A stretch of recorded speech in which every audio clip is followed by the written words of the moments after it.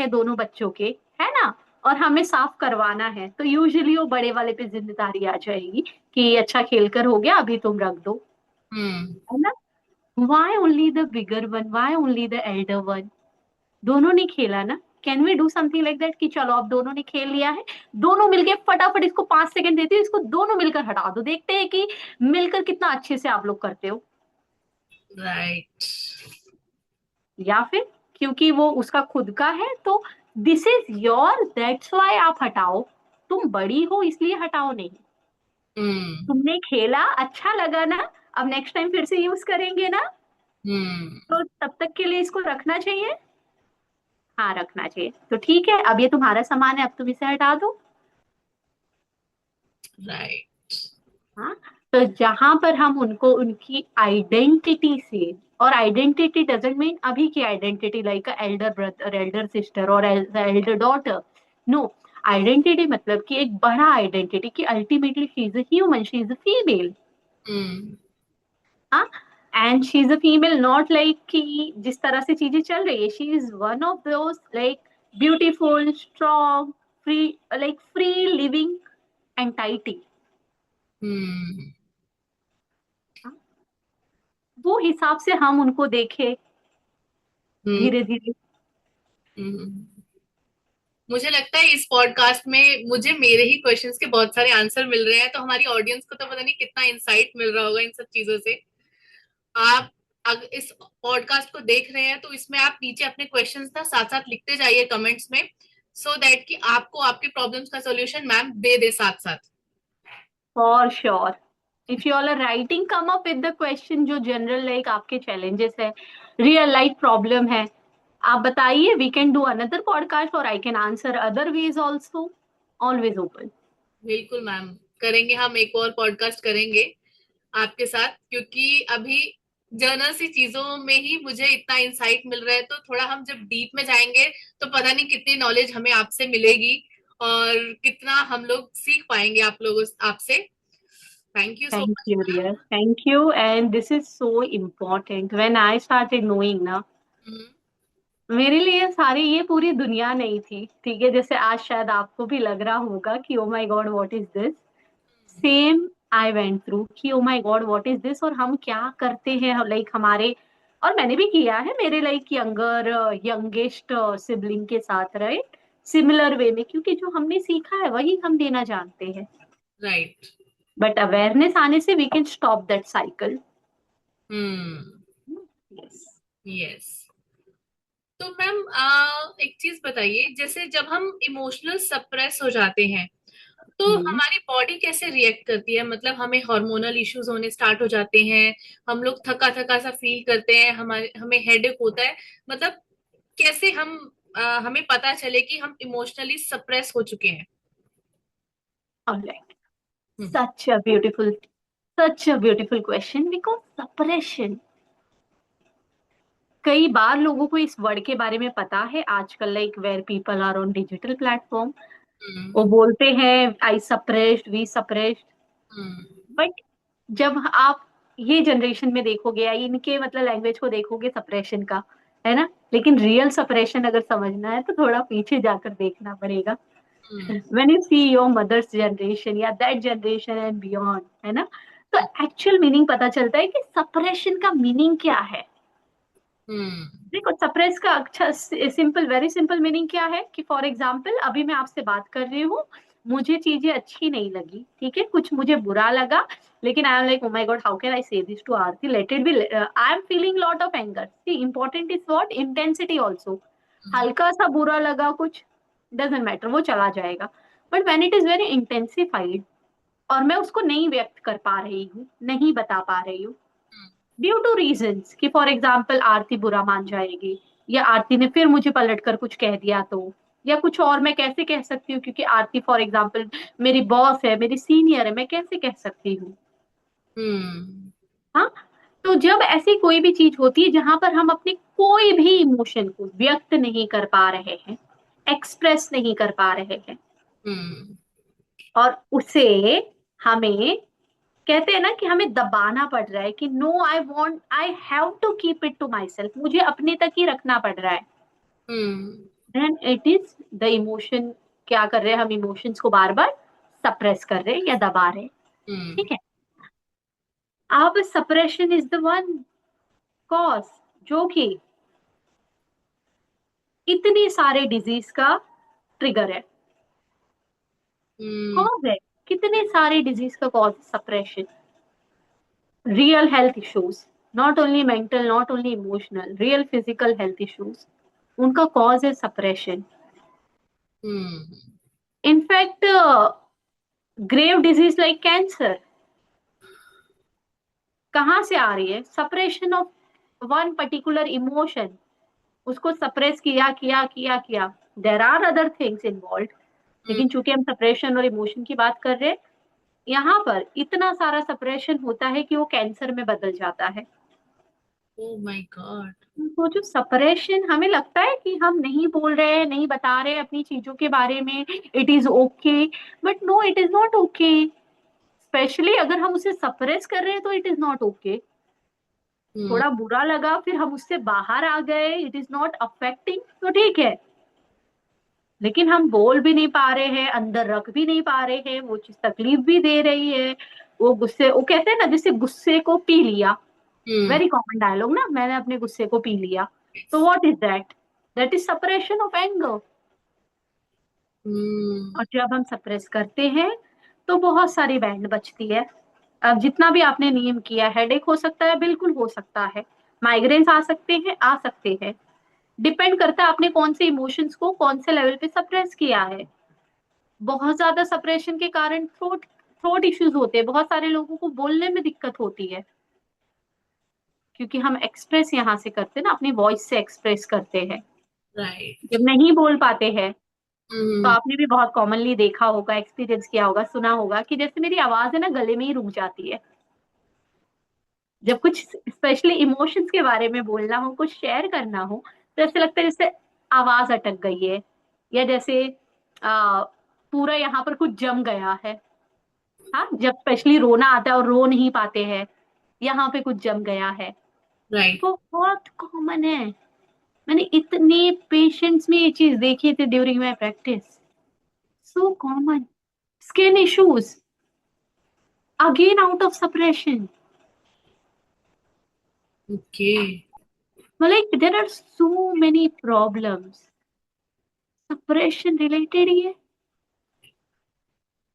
तो सप्रेशन, हमें कई बार लोगों को क्या लगता है कि मैं आई एम सेल्फ सफिशिएंट, ठीक है, मैं लोगों को नहीं बता रही हूँ, बताने की जरूरत नहीं है, I can deal my self. लेकिन आर यू रियली डीलिंग, मतलब क्या आप सच में उसको अच्छी तरीके से हैंडल कर रहे हो या सप्रेस कर दे रहे हो, मतलब दबा दे रहे हो। हम्म। गुस्सा आ रहा है, नहीं बता पा रहे हो। हम्म। फ्रस्ट्रेशन हो रहा है, नहीं दिखा पा रहे हो। सैडनेस है, नहीं शेयर कर पा रहे हो। अनहैप्पीनेस है, नहीं शेयर कर पा रहे हो। हम्म। जेलसी है, बट हाउ कैन आई से, people will think I am so bad, मैं कैसे जेलस हो रही हूँ किसी से। तो ये कोई भी नेगेटिव इमोशंस है ना, हम्म। देखो it is natural to feel because we are human being. तो इमोशन फील करना नॉर्मल है, नेचुरल है। लेकिन जब हम वो इमोशन को दबा देते हैं या वो इमोशन से हम भागने लगते हैं कि नहीं नहीं मैं ऐसे कैसे फील कर रही हूँ, and then we suppress it, lot of suppression can cause severe things like cancer also. Hmm. Right, मतलब कैंसर जैसी बीमारियां भी हमारे डिप्रेशन की वजह से हो रही हैं। मुझे लगा था वही थोड़ा सा हेडेक है, हम फ्रस्ट्रेट फील कर रहे हैं, यही सब से मतलब इन सब की वजह से ही डिप्रेशन है।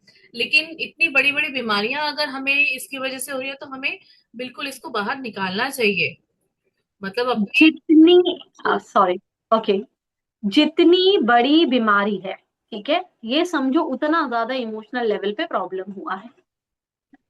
हम्म। ओके। तो मैम जैसे मैंने बताया कि मेरी ऑडियंस जो है फीमेल्स हैं, मदर्स हैं, तो हम्म। मतलब ऐसा क्या रीजन है कि वो अपनी आइडेंटिटी कंप्लीटली लूज कर देती हैं? क्या वो भी सप्रेशन की वजह से होता है या फिर कुछ और रीजन है?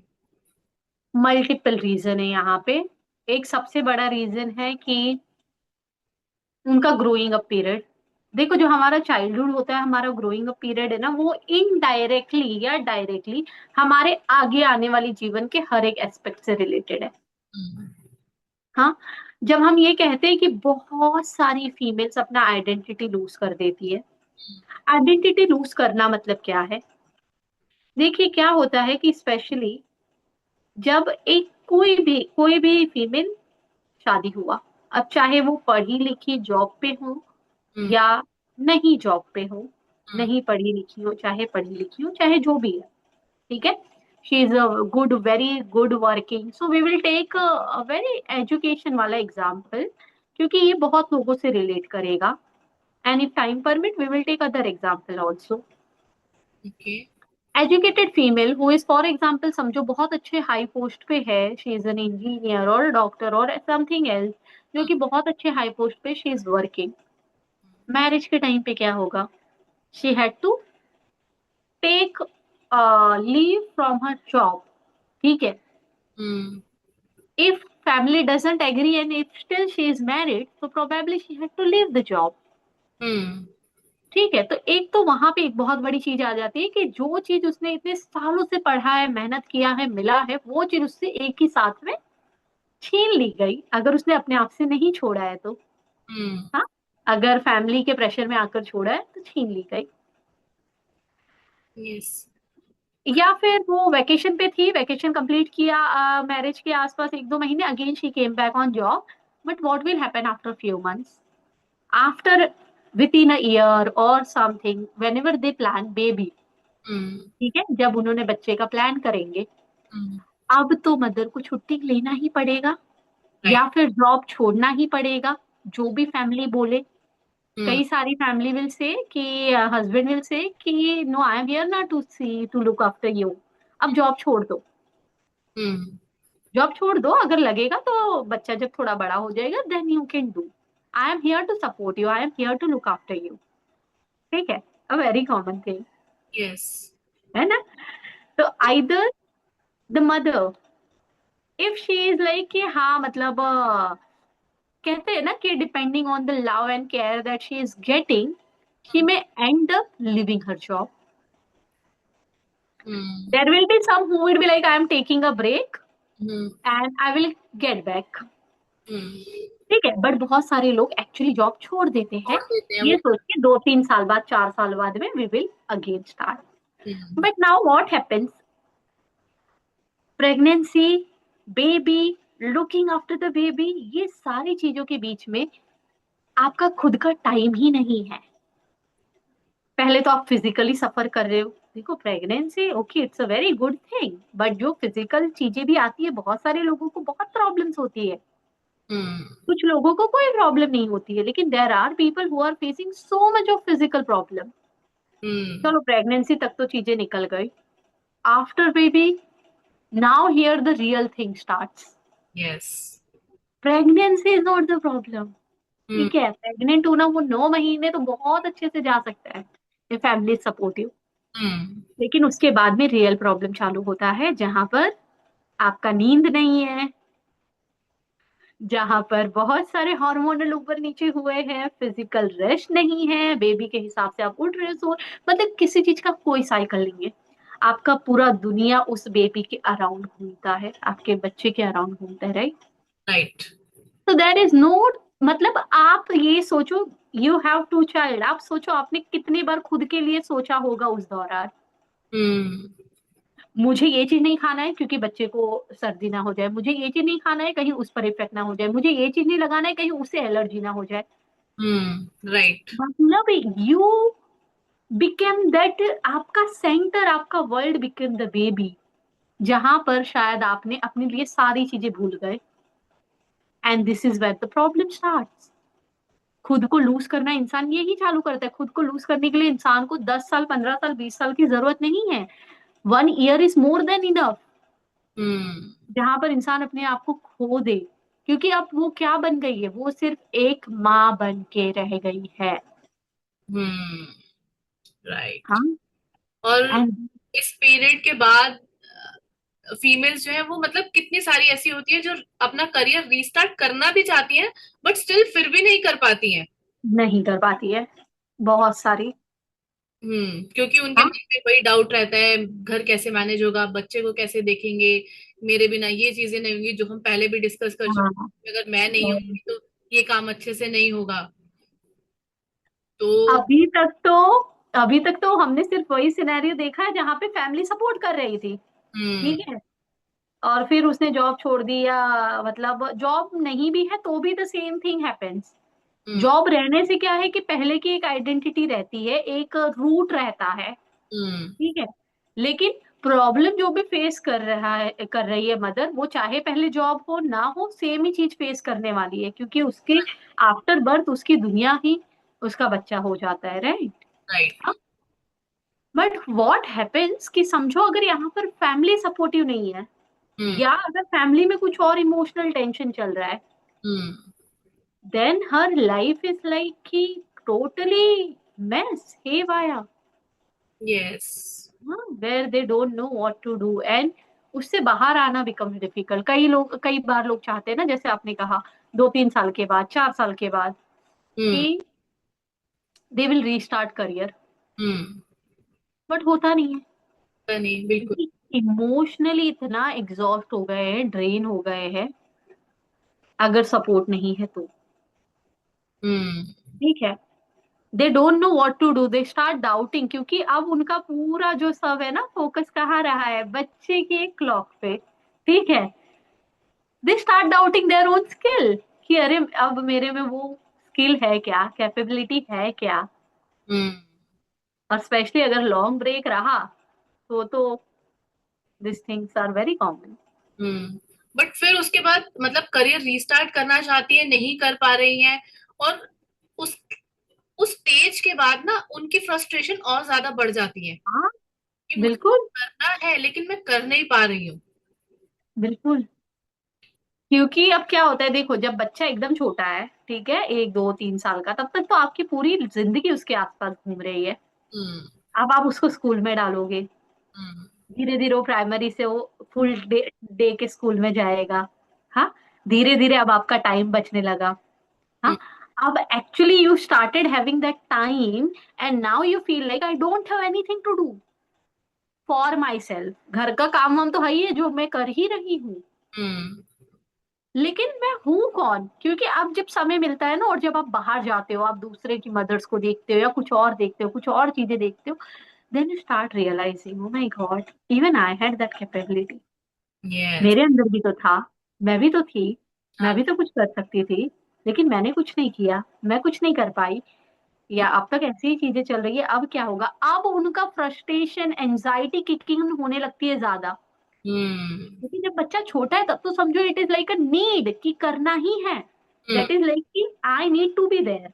Yes. But now when child starts going school, hmm जब टाइम थोड़ा मिलने लगा, तब कई बार कई सारे मदर्स को this starts feeling painful. Hmm